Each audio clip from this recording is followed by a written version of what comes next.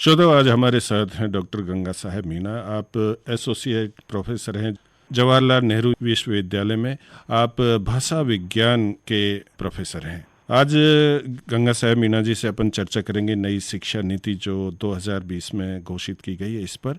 ये हम बताना चाहेंगे कि डॉक्टर गंगा साहब मीणा को हमने पत्र पत्रिकाओं में और सोशल मीडिया पर काफ़ी पढ़ा है और सुना भी है, लेकिन आज हम आपसे रूबरू करवाएंगे डॉक्टर गंगा साहब मीणा को कि नई शिक्षा नीति में क्या विशेष है, ये किस तरह से हमारे लिए लाभकारी होगी, यानी विद्यार्थियों के लिए लाभकारी होगी, और वो अपना किस तरह से इसमें नई शिक्षा नीति से अपना भविष्य बना सकते हैं। डॉक्टर साहब, सबसे पहले तो आकाशवाणी के इस कार्यक्रम में आपका स्वागत करना चाहेंगे। नमस्कार। बहुत धन्यवाद आपका।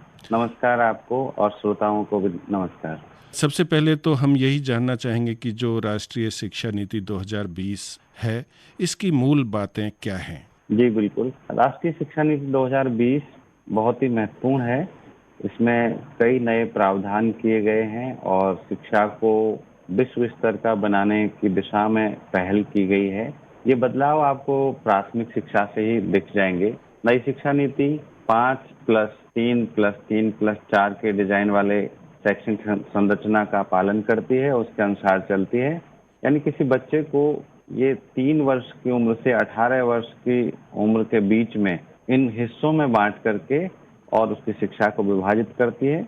शुरू के 5 वर्ष को फाउंडेशन स्टेज कहा गया है, बाकी के 3 वर्ष को प्रिपरेटरी स्टेज कहा गया है, अगले 3 वर्ष को मध्य या उच्च प्राथमिक चरण कहा गया है और आखिरी 4 वर्षों को उच्च माध्यमिक चरण कहा गया है। जी, ये इसकी खूबी है कि ये पहली बार भारतीय भाषाओं को प्रोत्साहित करती है, बच्चों को स्थानीय भाषा में शिक्षा देने की वकालत करती है, जो कि दुनिया भर के शिक्षा शास्त्री और भाषा विज्ञानी कहते हैं कि बच्चों को प्राथमिक शिक्षा उनकी मातृभाषा में दी जानी चाहिए। और साथ ही साथ ये शारीरिक शिक्षा और शिक्षा की नई प्रविधियों की भी वकालत करती है, उनको शामिल करके आगे बढ़ती है।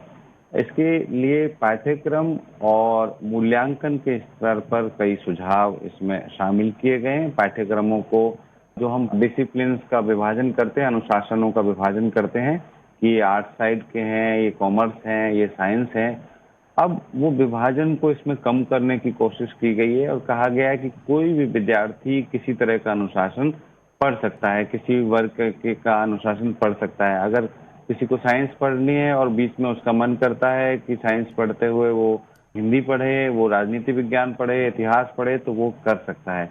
इसी तरह से जो कला वर्ग के विद्यार्थी हैं वो विज्ञान या कॉमर्स के विषय भी ले सकते हैं।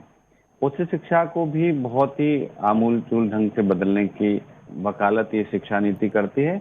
अभी हमारा ग्रोस एनरोलमेंट रेशियो उच्च शिक्षा में 26.3% है, जिसको सीटें बढ़ा करके उच्च शिक्षण संस्थानों में 50% करने का लक्ष्य रखा गया है कि जल्दी से जल्दी हम उसको 50% करें। और आपने देखा होगा कि विदेशों में हमारे बच्चे जब पढ़ने जाते हैं तो वो स्नातक की पढ़ाई करते हैं, तो वहाँ पे 4 साल की स्नातक होती है। भारत में भी अब 4 साल की स्नातक हुआ करेगी। और इस 4 साल में सबसे खूबी ये है कि कोई विद्यार्थी अगर 1 साल किसी विद्यार्थी ने पढ़ाई की है या 2 साल की है, 3 साल की है, तो अब तक तो ये था कि उसकी अगर उसने पूरी डिग्री के लिए पढ़ाई नहीं की अंतिम वर्ष तक, तो उसका कोई महत्व नहीं था, उसको कोई डिग्री नहीं मिलती थी, उसका कोई लाभ नहीं मिलता था।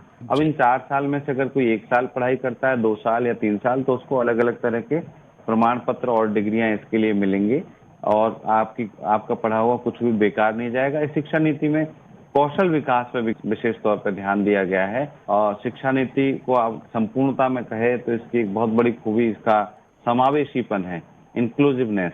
हर तरह के विद्यार्थी को ध्यान में रख करके शिक्षा नीति बनाई गई है, चाहे वो किसी भी तबके का है, किसी भी जेंडर का है, किसी भी क्षेत्र का है, सबकी बातें इसमें शामिल करने की कोशिश की गई है। यो साथियों, आज हमारे साथ हैं प्रोफेसर गंगा साहब मीणा। आप एसोसिएट प्रोफेसर हैं जवाहरलाल नेहरू यूनिवर्सिटी में भाषा विज्ञान के, और चर्चा कर रहे हैं राष्ट्रीय शिक्षा नीति 2020 की। डॉक्टर साहब, आपने काफ़ी कुछ बताया कि युवाओं के लिए काफ़ी अच्छी ये प्रणाली रहेगी। फिर भी अगर हम बात करें युवाओं के भविष्य के दृष्टि से, तो इस लिहाज से कौन सी बातें इसमें महत्वपूर्ण हैं? देखिए, कोई भी शिक्षा नीति युवाओं के भविष्य पर या बच्चों के भविष्य के बारे में सीधे टिप्पणी नहीं करती। उसकी योजनाएं, उसके प्रावधान इस दिशा में एक संकेत करते हैं। तो ये शिक्षा नीति युवाओं के भविष्य के लिहाज से बड़ी महत्वपूर्ण इसलिए है कि हमारे युवा, जैसे जो विद्यार्थी अभी तक होता है कि जो पढ़ने में होशियार है, वो पता चला कि खेल कूद में कहीं भी नहीं है, उनके अंदर दूसरी कोई स्किल नहीं है, बस वो पढ़ने में ही रहते हैं। और अगर मान लीजिए उनको जॉब नहीं मिलता है तो वो कुछ भी और करने लायक नहीं बचते हैं। लेकिन नई शिक्षा नीति इस बात का ख्याल करती है कि जो खेल कूद में रुचि रखते हैं उनको पढ़ाई से जोड़े, जो पढ़ाई में रुचि रखते हैं उनको खेल कूद से जोड़े, जो पढ़ाई और खेल कूद सब में रुचि रखते हैं हर विद्यार्थी को कौशल विकास से जोड़े। और विद्यार्थियों के लिए छात्रवृत्ति का प्रावधान किया गया है, उनको प्रोत्साहन के लिए अलग अलग योजनाएं इसमें शामिल की गई है, उनके हुनर को विकसित करने की कोशिश इसमें दिखाई पड़ती है। और उनके पीयर ग्रुप्स बनाने की बात इसमें की गई कि अगर मान लीजिए किसी के अंदर मैथमेटिक्स को लेकर के जिज्ञासा भाव है और वो उसमें कुछ खास करना चाहता है, चाहती है, तो उसके लिए वो मैथ सर्कल बना सकते हैं। इसी तरह से किसी की अगर म्यूजिक में दिलचस्पी है तो उसके लिए म्यूजिक सर्कल बना सकते हैं। किसी की पोइट्री में दिलचस्पी है, लैंग्वेज में दिलचस्पी है, ड्रामा में दिलचस्पी है, स्पोर्ट्स में दिलचस्पी है, हर किसी के लिए, किसी को सामाजिक कार्यों में दिलचस्पी है तो जी। उसके लिए सामाजिक कार्य के सर्कल बनाने का प्रावधान है स्कूल लेवल पर, कॉलेज लेवल पर। और युवाओं को एंगेज रखने के लिए, उनको सक्रिय बनाने के लिए, उनको सही दिशा में आगे बढ़ाने के लिए आज देखते हैं कि हमारे युवा काफी हताश और निराश है। तो ऐसी तमाम बातों का इसमें ध्यान रखा गया है जिससे युवाओं की निराशा दूर हो और वो समाज निर्माण और राष्ट्र निर्माण में सक्रिय भूमिका निभा सकें। यानी ये जो नई शिक्षा नीति है युवाओं के चहुमुखी विकास में सहायक होगी, खासतौर पर शारीरिक, मानसिक और चारित्रिक विकास की दृष्टि से ये अच्छी रहेगी। क्या आप भी ऐसा मानते हैं? बिल्कुल। देखिए, शिक्षा नीति एक नीतिगत दस्तावेज है। अब इसमें जो बातें लिखी गई है, बड़ी अच्छी-अच्छी बातें लिखी गई है। मैं तो उनको पढ़ कर के सोचता हूँ कि काश इन सब बातों को हम अपने स्कूलों, कॉलेजों, विश्वविद्यालयों में लागू कर सकें। अगर इन बातों को हम लागू कर पाएंगे तो निश्चित तौर पर ये युवाओं के चहुमुखी विकास में सहायक होगी। क्योंकि युवाओं को क्या चाहिए? युवाओं को एक अच्छा रोजगार चाहिए, युवाओं को एक अपना व्यक्तित्व विकास चाहिए, युवाओं को एक शांति और समृद्धि का जीवन चाहिए। इस दृष्टि से शिक्षा नीति में वे तमाम बातें शामिल की गई हैं जो वो अध्ययन के दौरान और अध्ययन के बाद में इन चीजों को प्राप्त कर सके, जिससे कि उसका जीवन सफल और सार्थक कहा जा सके। जी। जैसे शारीरिक विकास की मैं बात करूं तो हम्म। इसमें खेल और अन्य गतिविधियों को प्रोत्साहित करने की बात की गई है। इस तरह से अगर मानसिक और चारित्रिक विकास की बात है तो प्राथमिक कक्षाओं से ही नैतिकता के पाठ्यक्रम इसमें शामिल किए गए हैं। हर पाठ्यक्रम में नैतिकता को स्थान दिया गया है। और फिर जिसको हम भारतीय संस्कृति कहते हैं उसमें हमारे आदर्श व्यक्तित्वों के लिए एक सम्मानजनक जगह देने की बात की गई है। और ये सब कुछ स्थानीय भाषा में होगा। जी। अगर कोई विद्यार्थी उच्च शिक्षा के स्तर पर भी, प्राथमिक शिक्षा तो स्थानीय भाषा का विकल्प वहाँ मौजूद होगा ही, अगर कोई विद्यार्थी उच्च शिक्षा के स्तर पर भी स्थानीय भाषाओं का उपयोग करना चाहे, उसके माध्यम से आगे बढ़ना चाहे, तो वो विकल्प ही होगा। और विद्यार्थियों के विकास में एक बहुत बड़ी चीज है कि हम संवेदनशील कितने हैं। क्योंकि हम देखते हैं कई बार स्कूल जाते हैं, कॉलेज जाते हैं और हम तमाम डिग्रियां हासिल कर लेते हैं, लेकिन खास जेंडर के प्रति हमारे मन में पूर्वाग्रह होते हैं, खास जाति समुदाय के प्रति हमारे मन में पूर्वाग्रह होते हैं, किसी क्षेत्र के प्रति, किसी भाषा के प्रति हमारे मन में पूर्वाग्रह होते हैं। तो इस शिक्षा नीति में इस बात का ख्याल रखा गया है कि विद्यार्थियों के अंदर जेंडर सेंसिटिविटी और कम्युनल सेंसिटिविटी, यानी जो सामुदायिक सद्भाव है, जी। सामुदायिक संवेदनशीलता है, वो विकसित हो।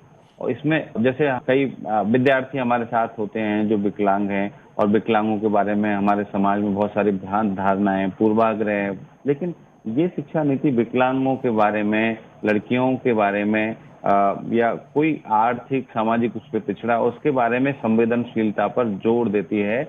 और अगर हमारे अंदर संवेदनशीलता का विकास होगा तो निश्चित तौर पे हमारा चरित्र बेहतर दिशा में आगे बढ़ेगा, हम एक बेहतरीन चरित्र के मालिक बन सकेंगे। तो ये सुनिश्चित किया गया है। अब लेकिन इसके लिए दो स्तर पर काम करने की जरूरत है। एक तो ये कि बहुत सारी अच्छी नीतियां बनाई जाए और जो तथाकथित रूप से किसी क्षेत्र में अगड़े हैं या भिन्न हैं, जी। उनको ये संवेदनशीलता विकसित की जाए। दूसरे, जो पिछड़े हैं या किसी रूप से वंचित हैं, उनको अधिकार संपन्न किया जाए, उनकी भागीदारी सुनिश्चित की जाए। तो दोनों ही स्तरों पर ये शिक्षा नीति काम करती है और युवाओं के चहुमुखी विकास में निश्चित तौर पर सहायक साबित होगी, क्योंकि इस शिक्षा नीति की बहुत बड़ी विशेषता है इसका समावेशीपन, इसकी आत्मा का एक हिस्सा दिखाई पड़ता है। हर जगह पर भाषाओं की बात हो या जो भारतीय विविधता की बात हो, उसको सबको शामिल करने की कोशिश इसमें की गई है। जी, यानी यूँ मानकर चलें कि जो ये नई शिक्षा नीति है, ये हमें भारतीय इतिहास और संस्कृति से जोड़ने में मदद करेगी। हाँ, बिल्कुल।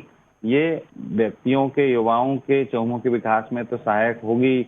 अक्सर ये होता है कि आज के युवाओं में हम देखते हैं कि वो सोशल मीडिया में या किसी चीज़ में इतने खोए हुए हैं कि वो नहीं जानते कि हमारी संस्कृति, परंपरा, इतिहास क्या है।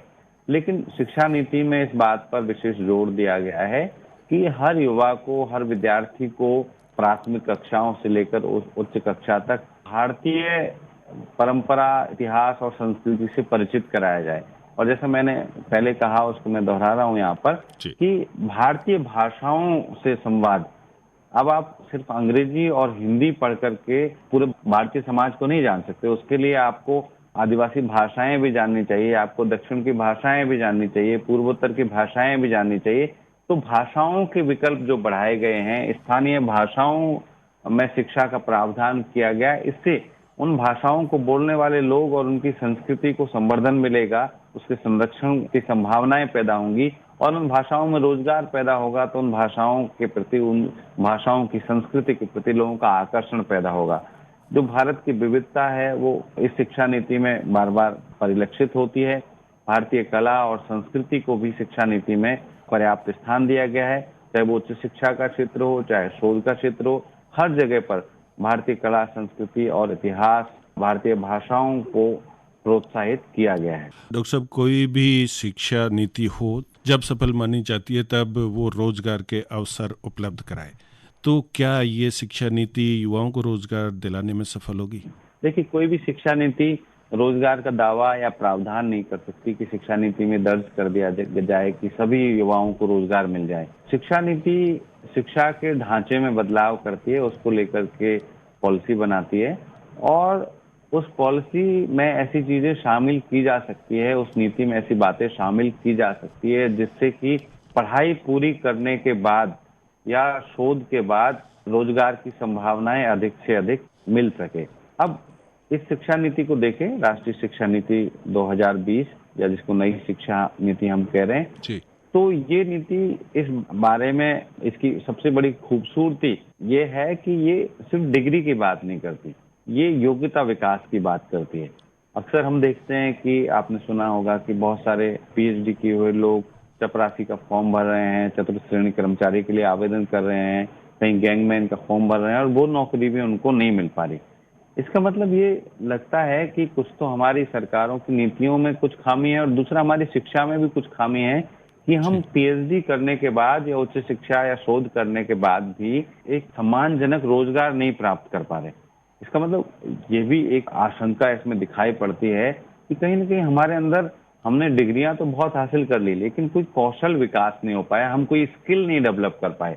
मान लीजिए किसी विषय में आपने पीएचडी किया है, किसी विषय में आपने उच्च शिक्षा प्राप्त की है, तो उस विषय से संबंधित इतनी संभावनाएं आपके अंदर होनी चाहिए उच्च शिक्षा पूरी करने के बाद में कि आप, बल्कि उच्च शिक्षा क्या, मैं तो कहूँगा कि माध्यमिक शिक्षा या 12वीं तक की शिक्षा के बाद भी आदमी कुछ ना कुछ कर सके, युवा कुछ ना कुछ कर सके, ऐसी स्किल उसके अंदर डेवलप होनी चाहिए। और ये शिक्षा नीति इस बात पर जोर देती है कि आपको सिर्फ डिग्रियां हासिल नहीं करनी, एक तो आपको चुनने के उसमें अवसर है कि आप जो चाहें वो डिसिप्लिन पढ़ सकते हैं, एक डिसिप्लिन में रहकर दूसरा डिसिप्लिन चुन सकते हैं। दूसरा, हर युवा के अंदर स्किल डेवलपमेंट यानी कि कौशल विकास की वकालत करती है और अगर आपके अंदर स्किल होगा तो निश्चित तौर पर आप कभी भूखे नहीं मरेंगे।